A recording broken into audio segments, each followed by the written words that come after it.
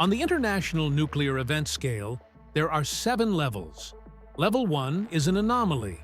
Level 3 is a serious incident. Level 7 is a major accident.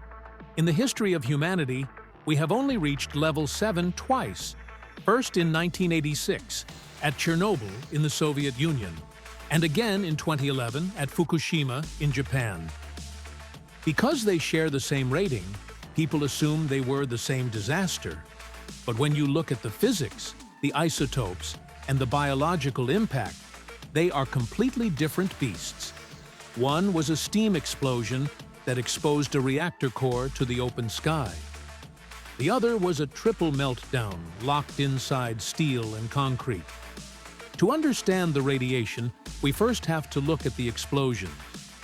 They were not the same. At Chernobyl, the disaster was caused by a runaway nuclear chain reaction. The power output surged to 100 times the reactor's limit in seconds. This vaporized the water, blew the 2,000-ton lid off the reactor, and ignited the graphite moderator. It was, effectively, a dirty bomb burning in the open air for days. There was no containment building. The radiation went straight up into the atmosphere. Fukushima was different. The reactors shut down successfully when the earthquake hit. The problem was the tsunami, which destroyed the diesel generators cooling the cores. The fuel melted, producing hydrogen gas. The explosions we saw on TV were chemical hydrogen explosions, not nuclear excursions. Crucially, the containment vessels at Fukushima held. Most of the nuclear fuel remained trapped inside the concrete shields. Let's look at the numbers.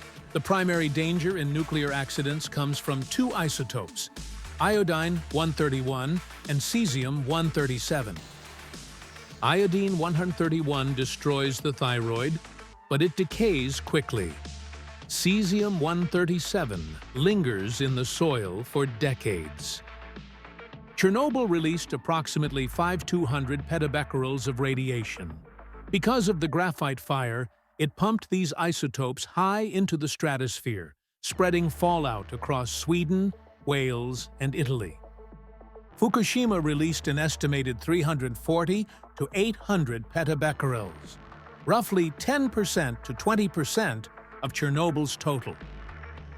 Furthermore, because of the wind direction, 80% of Fukushima's fallout was blown over the Pacific Ocean, where it was diluted by the water rather than settling on populated farmland.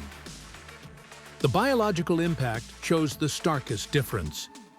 At Chernobyl, 20 authorities, 138 firefighters and plant workers died within weeks from acute radiation syndrome. Their bodies essentially decomposed while they were still alive, because the DNA in their cells was shattered by intense gamma radiation. At Fukushima, there were 0 deaths from radiation sickness. Not one. However, Fukushima had a different kind of death toll. The panic and rapid evacuation of 150,000 people, including elderly patients pulled from hospital beds, caused over 2,000 deaths related to stress, interruption of medical care, and suicide. At Fukushima, the fear of radiation killed more people than the radiation itself. Both disasters rendered the land uninhabitable. The Chernobyl exclusion zone will be unsafe for humans for 20,000 years. Fukushima's exclusion zone is shrinking, with towns reopening as topsoil is removed. But the data teaches us a cold lesson. Chernobyl was a failure of design and hubris. Fukushima was a failure to predict nature. One showed us what happens when we break the atom. The other showed us what happens when the planet breaks our machines.